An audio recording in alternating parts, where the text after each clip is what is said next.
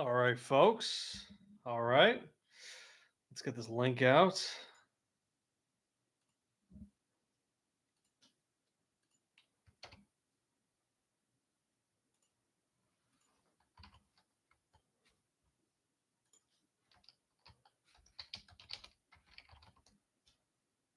All right. Let's no, ungroup. How do I ungroup that?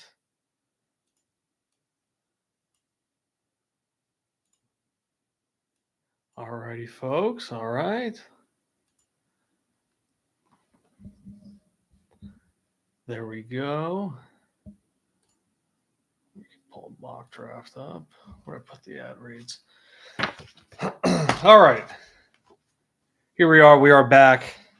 As I said on the last episode, I wasn't sure when I'd see you guys again, but I think we're going to do kind of the sporadic thing. So if something comes up and I feel compelled to do something, then I'm going to hop on the stream and I'll take care of it. And, a couple days ago, I was talking about a trade that went down. Here I am. I'm going to do a mock draft.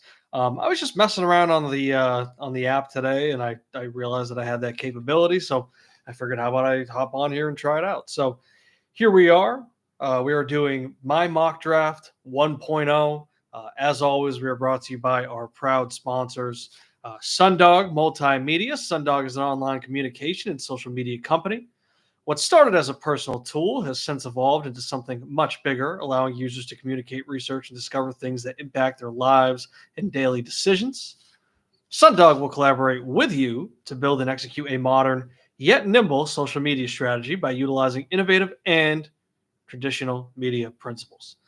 Sundog is a proud supporter of the Stop Soldier Suicide Foundation. You can follow them on Instagram at Sundog_multimedia. That is Instagram at Sundog_multimedia. Brains, brawn, and true professionalism. That's easy peasy moving and service. Muscle for hire, moving, assembly, errands, you name it, they will do it. Easy peasy is a multi-service team. If you need something, just ask.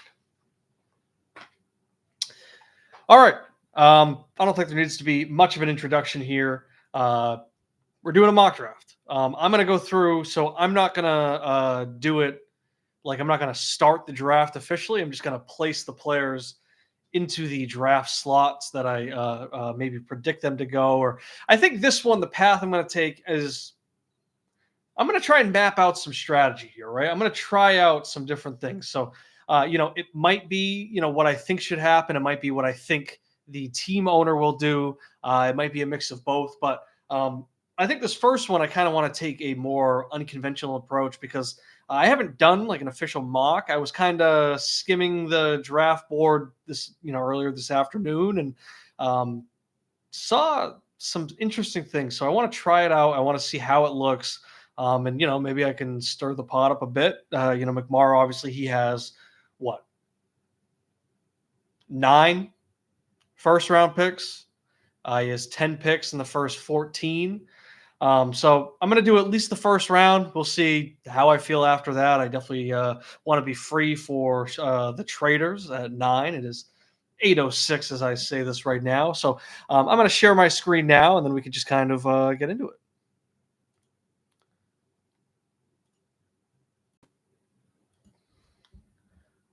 All right. We're good here.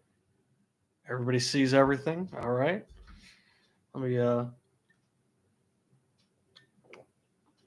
pull up these sleeper rosters too, just so I can have something to refer to if I want to think things over. But all right, here we go. So we got this first string of picks from McMorrow. He's got the first 3. Then it's Amaral. Then McMorrow has 3 more. Then it's Wallace. And then McMorrow has the next 3. I did not realize until just now that he has 3 triplets of picks or whatever, just like that. So 3 in a row, and then Bowen rounds out the Zach Bowen. He rounds out the end of the first round with the 12th overall pick, which he just traded for. I think the first pick is a no-brainer. I'm going to go Ashton Ginty.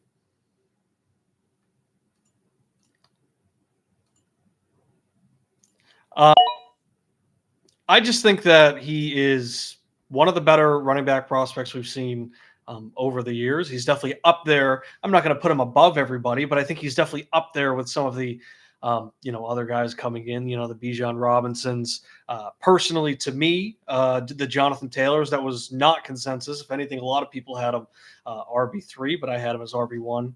In his class, but guys like that, even like the Melvin Gordons that came in, or things of that nature. But I think that this running back class, and we'll get more into it as we get further down the board, but I really think that this running back class has the potential to be special. I think that it's up there with the McCaffrey class, and then all that stuff. What is it, 2016, 2017, whatever those were.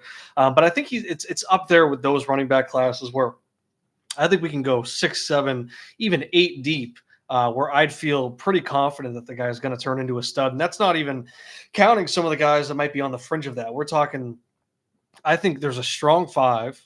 And then I think there are 3 or 4 more guys that you can really make an argument for to join them in that tier. So we'll talk more about those as we move further down. But I think that Jinty's just on like a whole nother level. I don't think it matters where he goes. I think whoever drafts him is drafting him to use him. We saw that he got the ball a ton in college, and that was a concern that Jonathan Taylor, or people had for Jonathan Taylor coming in. Of course, Taylor has dealt with some injuries, but he has been unbelievable when he has played, and he's played in plenty of games over the years. He's not always missing half the season or missing full years or anything. He has put up some impressive fantasy seasons himself. So Jinty, to me, is an absolute no-brainer. Moving to the next 2 picks, right? I think a lot of people would say McMorrow should go quarterback here. I don't think that he should. I think that this is where he needs to start looking at the strategy on the board, right? There's only 3 other people, and there's really only 2 other people that are picking before him at any point in this first round. So now you have to look at their needs, because those are the only picks that people can trade into. So, Wallace, I don't think needs a quarterback. He's picking back there at 8th. He has CJ Stroud. He has Bo Nix. He has Trevor Lawrence. I think that he has other positions of need that he should address. I don't think he's looking quarterback there. So that's 1 pick right there in these top 11. When you have 9 of them, that is not going to go quarterback. Now you're going to look at Amaral. Let me pull up Amaral's roster just to be totally sure in what I'm saying. 1 second. Where is he? That's right. He's in my division. So Amaral, he's got Baker Mayfield. He's got Tua. After that, okay, gets a little shaky on the bench with Aiden O'Connell, Spencer Rattler, Mason Rudolph, and Sam Howell. But he also has other needs, right? I mean, like, he could be looking running back here. He has Chase Brown. He has Tyrone Tracy. Beyond that, he doesn't really have much. And then same with receiver. Of course, he has Malik Neighbors. I'm sorry, I did skip over Rico Dowdle, Tajay Spears. I don't think Dowdle, I don't think the future is too bright for Dowdle in terms of being a workhorse or anything like that. I mean, he had like a solid season when he really had the backfield to himself this year. And, it was just solid. I think that the Cowboys will be looking to upgrade somewhere at running back. I would not feel too confident moving forward with Rico Dowdle. And then Tajay Spears, like, I understand that people liked him in the rookie draft. I have not been big on him. I wasn't big on him in the pre-draft process. He had a bunch of knee concerns. That hasn't been too big of an issue so far in his career, but he hasn't really impressed me either. And, Tony Pollard, I know that he kind of has a stink on him. And, of course, I'm going to, prop up one of my own guys. But the guy did just have a 1,000-yard season. And he was clearly the workhorse in that backfield, even when Spears was healthy. So, of course, Pollard, he did start to get a little hurt. He had an ankle issue, further down the road, but and Spears was able to score some touchdowns there. But he really hasn't been great. He's not blown me away. So I think that Amaral has a bigger need at running back, and I think that he has a bigger need at wide receiver as well. He's got Malik Neighbors, but after that, it's Romeo Doubs. He's got Ayuk on the IR coming back. Tank Dell, we do not know what his future's like. And then after that, it's A.D. Mitchell and Coleman. So I think that wide receiver is a much bigger concern for him there too. And I don't know. I talked to Amaral plenty, I feel. I don't know if he's crazy about these quarterbacks. I'm not sure. Maybe he loves Cam Ward. Maybe he loves Shedeur Sanders.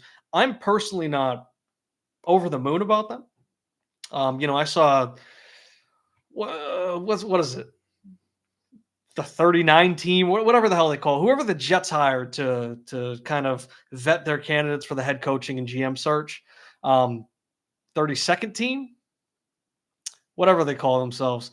They made some comps to Sanders and Cam Ward today. Cam Ward, they said, reminded them of Sam Darnold. and Shadur Sanders reminds them of Jared Goff.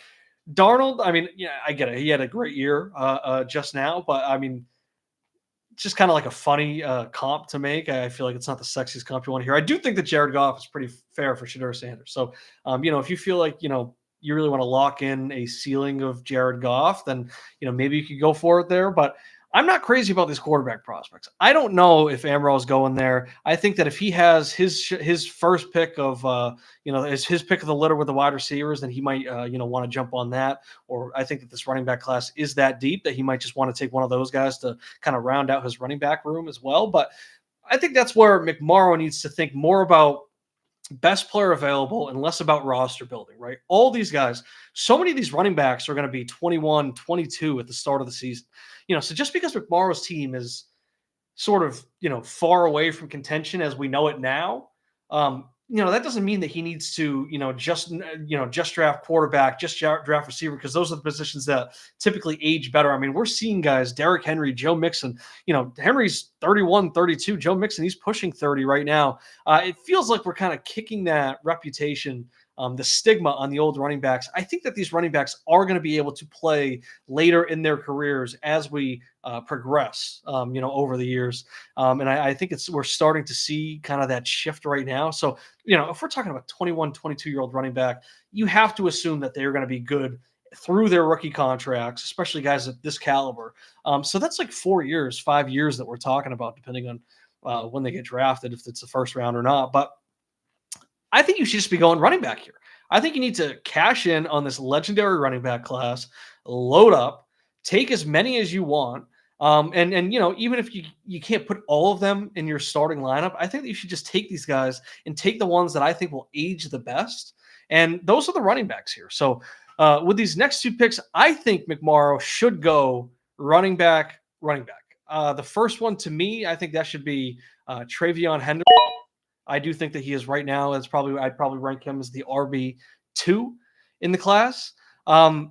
People are really high on Amarion Hampton.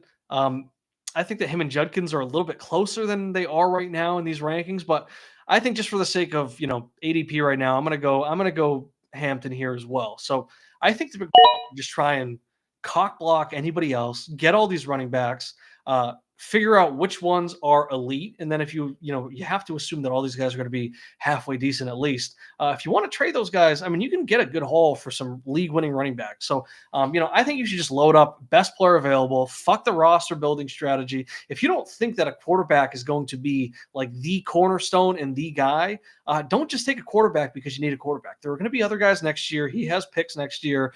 You can wait. You can wait and just build the rest of that team and then insert whatever positions left when it's all said and done. So that right there, 3 running backs, just get ahead of it, right? So now we're moving on to Amaral.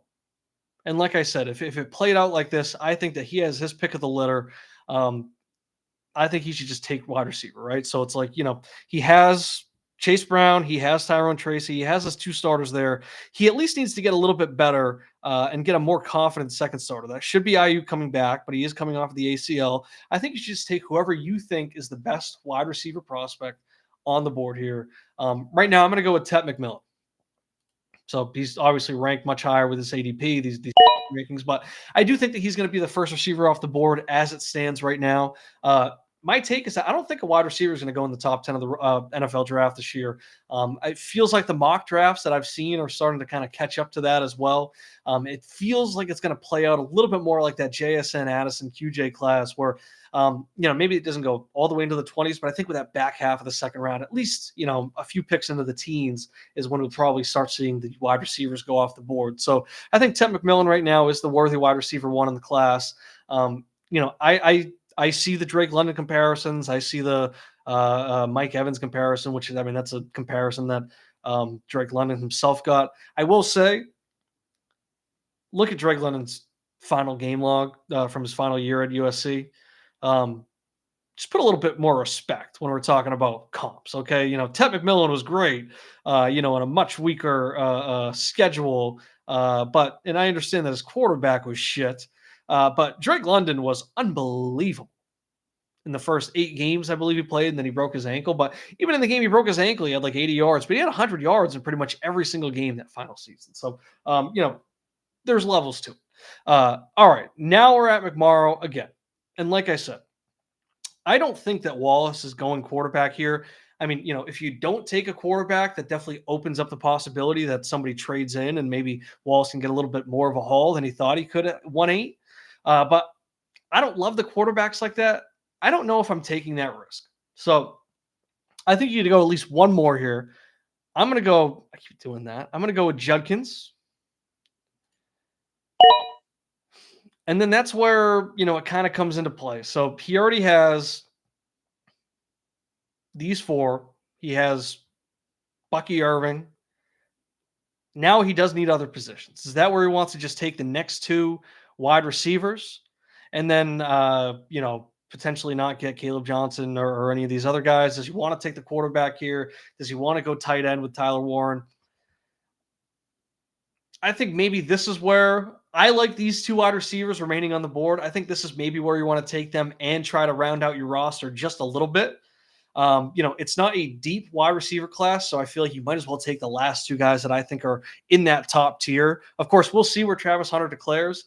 I do get the feeling that he's going to be more cornerback and then sub in on certain packages. I don't think he's going to be worth really taking this high in the rookie draft right now. We'll see what he declares as. We'll see what he wants to play as his primary. But right now, I'm not going to put Hunter in that tier yet. I think that this is where McMorrow should just take advantage and say, you know what, I want to try and get, sort of a monopoly and then just corner the market on these receivers. I think you should go receiver. So Agbuka, I'm going to go. And then that's where we get to Wallace, right? This is Wallace's pick at 8.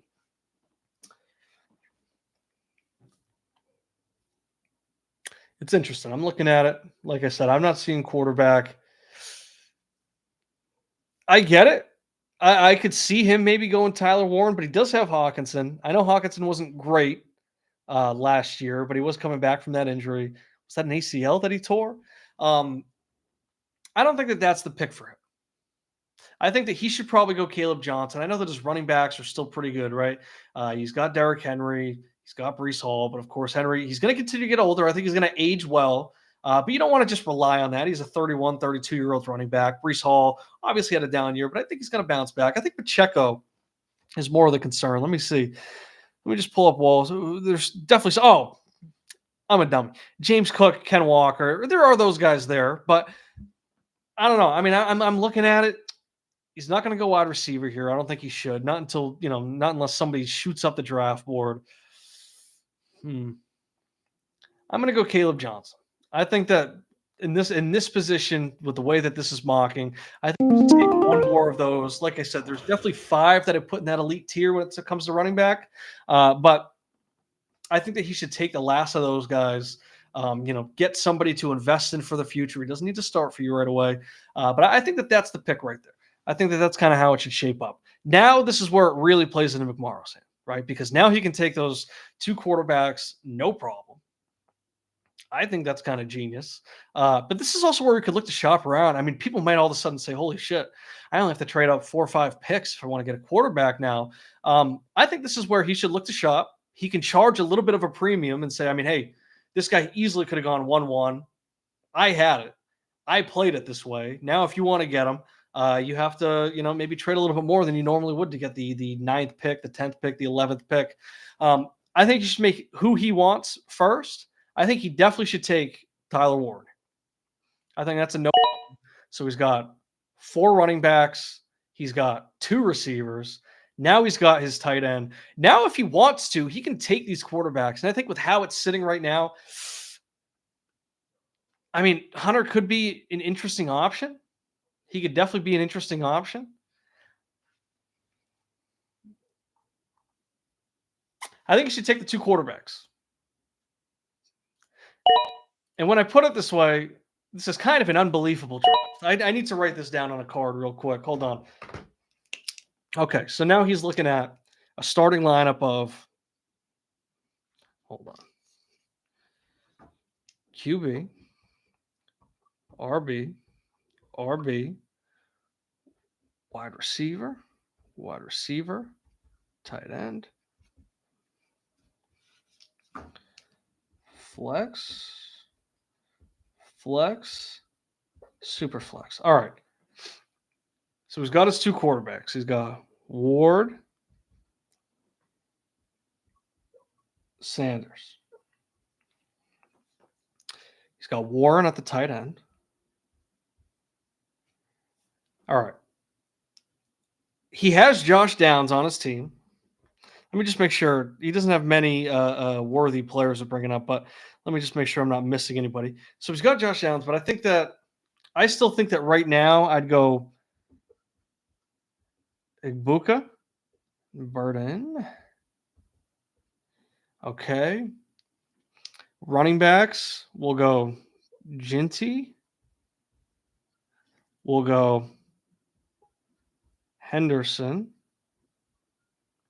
We'll go Hampton. We'll go Judkins. I mean, that right there is a starting lineup. Can I see it? Let's see. I mean, are you kidding me?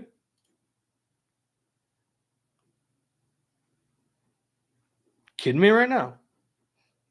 You're telling me that McMorrow shouldn't do this? Cam Ward, Ginty Henderson, Igbuka, Luther Burden, Tyler Warren, Hampton, Judkins, Shadur Sanders. That right there is a starting lineup. That doesn't even factor in Bucky Irving or Josh Downs. Tank Bigsby could be interesting. It's mostly it. I mean, Jalen Coker, Dontavian Wicks. But, I mean, that's a starting lineup right there. You can play right there. Why put it up? I understand the numbers game here. I get it. What are the odds that all of these guys hit? But guess what? You still have the second pick of the second round and the fifth pick. You have 1, 2, 4, 7, 9 in the third round. And then next year you have 1, 2, 3, 4, 5 first round picks. So if these guys don't hit, you can roll the dice again. I mean, some of these guys are going to hit. Some of these guys right here, and we haven't even finished your draft, are going to hit. I think that this is a good first round. I know that people are maybe down on this rookie draft compared to the years past. This is a pretty good first round right here. I talked about it when I did the episode on the trade. But, I mean, any of these 12 picks, you're guaranteed to get a good prospect. Obviously, you want to be higher up so you can get the one of your choosing. But even if you're at 12, you're going to be getting a pretty good player falling into your lap. This right here fills out his lineup. He still has Bucky Irving, who just finished. What did he just finish? RB14, and that was with a later start to the season. You still got Josh Downs, who he finished wide receiver, in the late 30s, but he did miss a few games. I mean, he's been great when he played. That's a bench right there. And you got second round picks. This is unbelievable. I think that this is the strategy that McMorrow should take. To me, there is no reason for him to take one of those quarterbacks early just because that's where they're maybe ranked in the consensus. This is not a normal draft, right? You have 9 of these picks. You're picking in groups of 3 with 2 guys picking in between, and one of them doesn't need a quarterback at all. I would roll the dice on Amaral here, taking something else, because I do think that he has other positions of need that he should address, because he doesn't pick again until the third pick in the second round. I think this is what he needs to do. But that's just my opinion. You can play it different. You're going to come across as a little bit of a troll if you let Ward and Sanders fall all the way to 10 and 11. But guess what? If they pan out, you can also just brag about it and say, look at where I drafted these guys. I can't believe you let them fall to me at 10 and 11. So I think that this is the strategy that he should take. I'm going to go back to the queue. We got to finish this first round. We got Bowen here.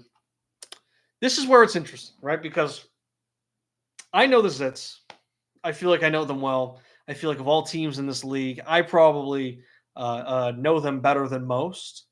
Um, just because we came up together, iron sharpens iron. You know, deep in Simcoe's basement, just the three of us talking ball. I know how these guys think. I think he's gonna like a flashy player like Travis Hunter. He wants a face of his franchise, and he could groom him to be the next one. But I'm also looking at it and I'm saying, I think he feels like he has a need at tight end. He's not crazy about Kincaid. Fryermuth, he's, I think, very solid, but I think that he's like a Hunter Henry guy, right? And there's value in just getting the consistency that Hunter Henry can bring you. But there's also limited upside. I mean, realistically, you're relying on like a huge touchdown season, for anything to be worth it. You want to take more of an upside play. Right now, because I think it's leaning more that Travis Hunter is going to be cornerback primary and then sub in a little bit at wide receiver, I think that he should go Loveland here. I think he should go Colston Loveland. I've seen that some people might have him as the top tight end. I think that he could be a first round tight end. Of course, if he goes a little bit later in the first round, he might end up on a better team. So I do think that could help boost his draft stock a little bit as well. So I'm going to go a little bit on team need here. Right, let me pull up the zits. Let me make sure. Let me get my eyes on them real quick, just to make sure I'm not looking over some glaring blind spots. I mean, okay,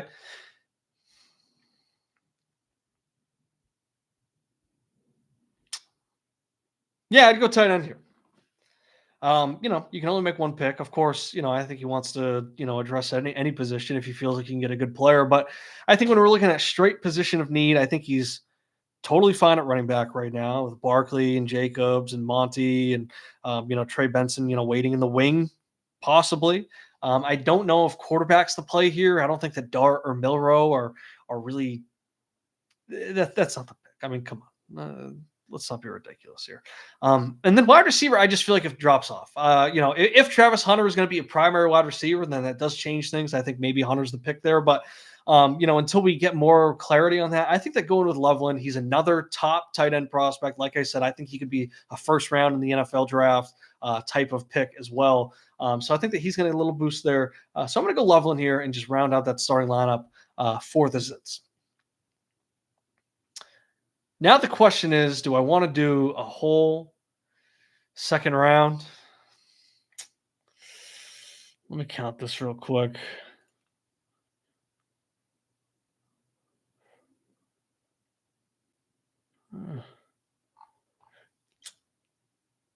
Fuck it.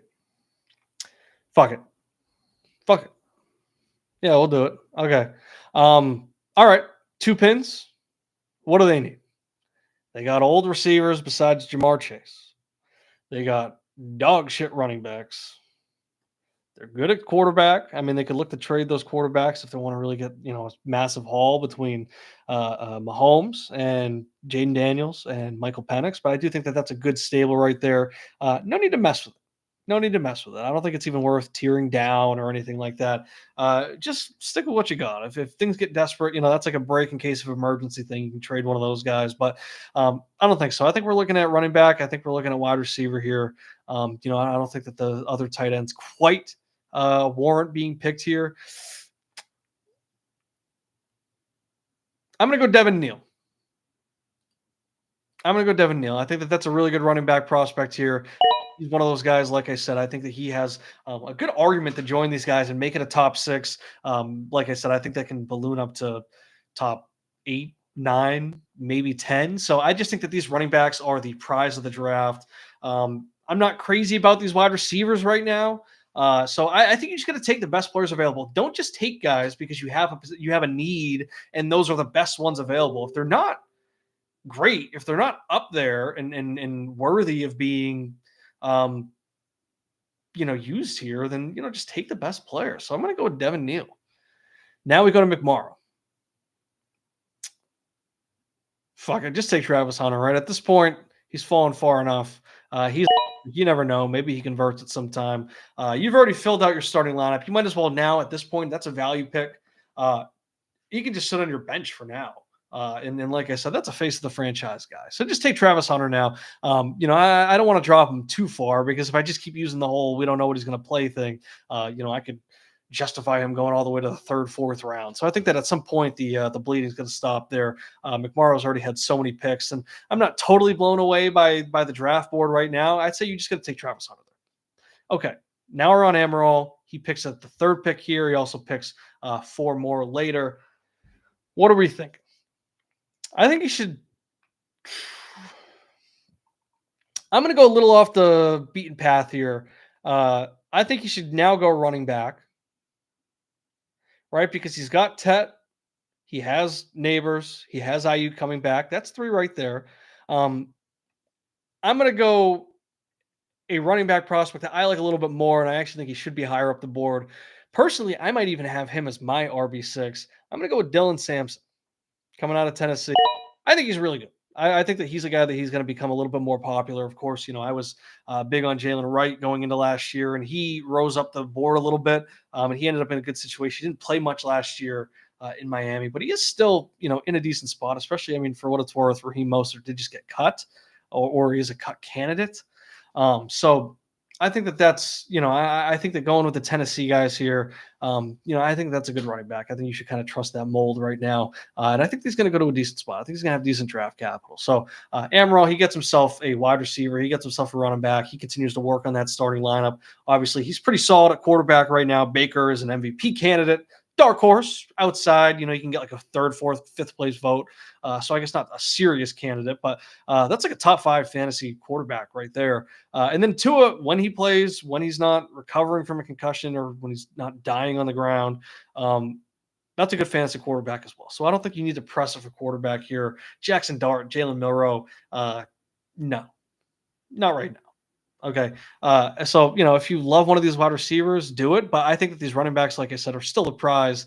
So I'm going to stick with that. Now we're at, Amaral picks again. What are we looking at here? Okay.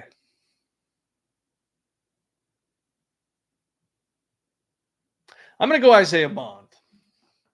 I'm looking at who's here. I'm looking at who jumps off the page. I think Isaiah Bond is the guy. And, we saw with the Texas wide receivers this year, right?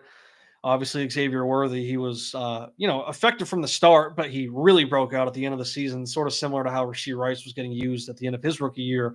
I know Golden, I think that he's the guy a lot of people are looking at when we're talking, Texas guys and everything. But I don't know. I just have a weird feeling that Isaiah Bond, I think he's a guy. He's got the good name, too. Matthew Golden's a good name as well. But all right, now we're at McMorrow again. Now it's sort of like an embarrassment of riches. Like, what does he have? He can kind of pick anything now. It's easy to get a little complacent, easy to get a little lazy. He's made so many picks at this point in the draft. Maybe he's getting a little fatigued from that. Let me see, because, maybe it's not always updated here. Who would I go? Well, at this point, I think you got to go Jackson Dart. There's talks of him, maybe being, shooting up the boards, maybe being a top 15 pick. I don't know if he's necessarily worthy of that. I mean, I know that some of these teams can get desperate and they can make it, but I think that if somebody is going like that, even if he's a first-round guy, even if it's at the end of the first round, you might as well just take another, dart throw on a guy here, especially if he's going to get a chance to start, if there's some sort of clear pathway. So, if he's drafted even to like a team like Seattle, which I've seen in the past, where Geno's definitely going to start this year, but, it seems like he's clearly the succession plan.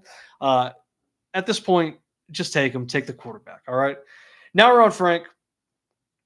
Frank needs a little bit of everything too, right?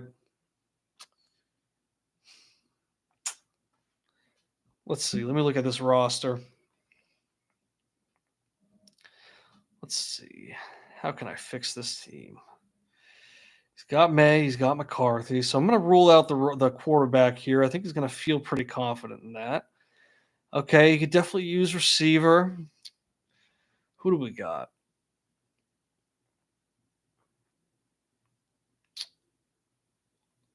I'm going to go Trey Harris. Just go the highest receiver on the board right now. I do think that it's a coin flip between him and Golden. So, I was debating Bond or Golden for Amaral earlier, and now look at this. Okay. Now he has an opportunity. That's three guys that join the two really good guys that he already has. That gives him five receivers if they do pan out. Of course, we never know with any of these guys, but I think that's a good way to address most of his needs. I think that really rounds things out. He can kind of give himself a little bit of a rotation now and give himself more breathing room. That was kind of his downfall last year, was that he just didn't have the depth to really keep up. So, that's kind of Amaral just filling out the rest of his team there. I think that would be the right pick. Of course, it comes down to everybody's pick or choice and receiver. But yeah, I think that's the move. Now we got Wallace here picking at 8.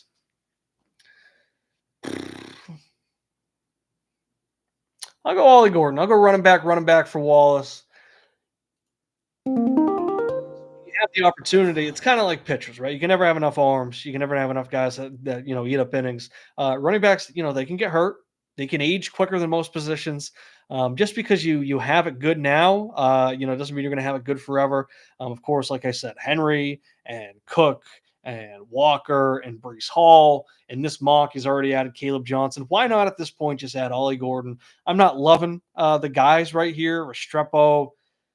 I'm not even going to try and pronounce it. A.O. Manor. I don't even know who that is. I'm going to be honest.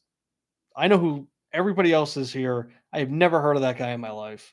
My apologies. That's my bad. I say go Caleb Johnson, go Ollie Gordon. Just take those chances at running back because you don't know what's going to hit. You don't know what could pop up or who could get hurt, who could age quickly, who could fall off. I mean, Brees Hall, he's had 2 down years. People are optimistic with him stepping into this new system and everything, but we'll see. I mean, he has to go out and he has to prove that. So, all right, now we have what are these numbers next to all this shit? What does that mean? Now we have the Cucks. They have 3 of the last 4 picks here. I mean, they're all right. They're all right at quarterback. They got Jordan Love and they got Brock Purdy. I feel like there's not too much of a concern there. I don't know if Milrow or Ewers are really the picks there. I know that they wanted to get younger at wide receiver, so they traded for a 30-year-old wide receiver. They traded that last pick of the first round for a 30-year-old receiver to get younger at the position. But all right, where are the Cucks? Where can I find them? I mean, running back, they're old at running back, right? McCaffrey, Chubb, and Jones, and James Conner. They got A.J. Brown. They got McLaurin. Sutton's really good. Obviously, with Debo and Devontae, we'll see what the future holds for them. But, I mean, that's a solid receiver core. I mean, tight end could definitely use a little bit of love. Is that the pick there, though?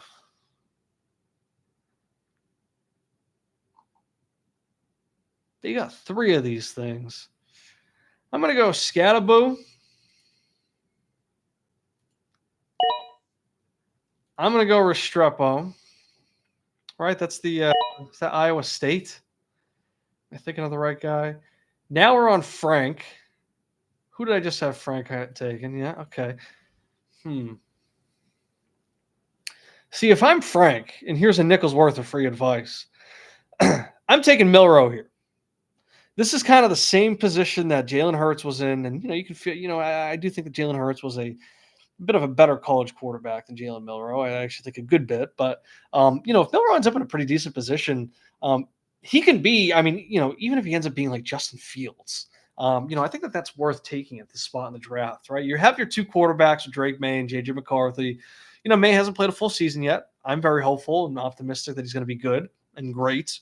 JJ McCarthy, I think that he's going to be good and great, but he has not even played a legit NFL snap yet. So, I think I would take a chance on Jalen Milrow here. You don't know with those legs. Pause. And we saw he looked really good at times at Alabama. If he can clean it up and kind of become, even a Jalen Hurts light. But I mean, think about what Jalen Hurts started off as. I mean, think about what Jalen Hurts is now. I mean, there's arguments about is he an elite quarterback and all that stuff. And I mean, I do think that he should be getting more credit than he's currently receiving online. I mean, do I think he's like the best quarterback in the league? Of course not. But he's a good quarterback that can deliver the ball where it needs to be. He's great with his legs. He's unstoppable with the tush push. Those are things that are true about him right now. So I think he deserves more respect. And I think that if Milroe can kind of carve out a role somewhere in between that and Justin Fields, who, has been bouncing around, but he's been, effective fantasy wise when he plays. I think that that's a good pick right there. I think that that's what a late second rounder should be used for.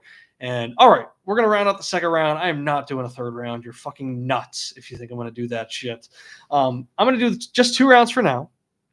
Maybe the next time I do the third round, but I'm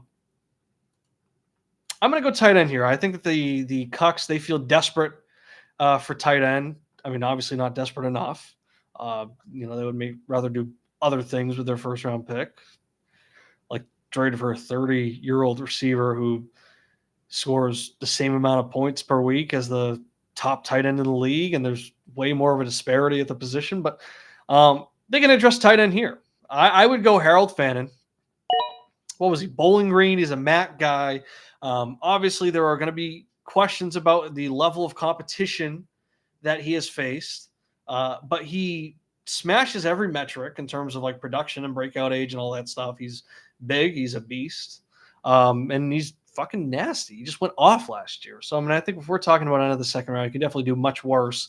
And if we're looking tight end, which I do think is a good position of need for them, I think he is by far the best available. I think that he's worthy of going much higher than this. We'll see how things go after the combine, and then of course after the NFL draft. But all right, that wraps up the first 2 rounds of my mock draft.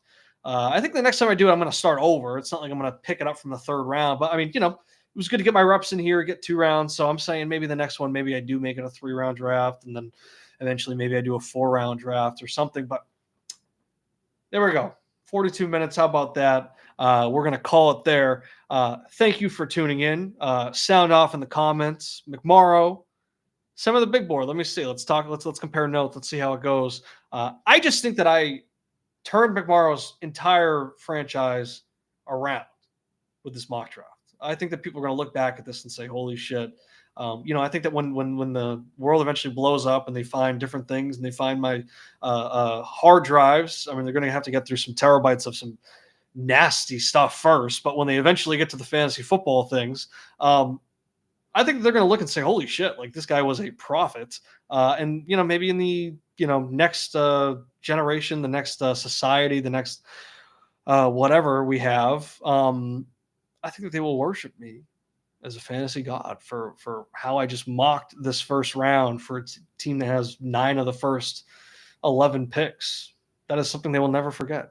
So we will leave it at that. We'll see when mock draft 2.0 comes out. That's probably going to be after the combine. The combine's in a couple weeks. Once I get a little bit more info on that and see how the board starts to shape up from there, I'll probably do another mock draft. But all right, let's leave it at that. Thank you, Sundog. Thank you, Easy Peasy Moving and Service. Thank you, Easy Solar. We will see you on the next stream.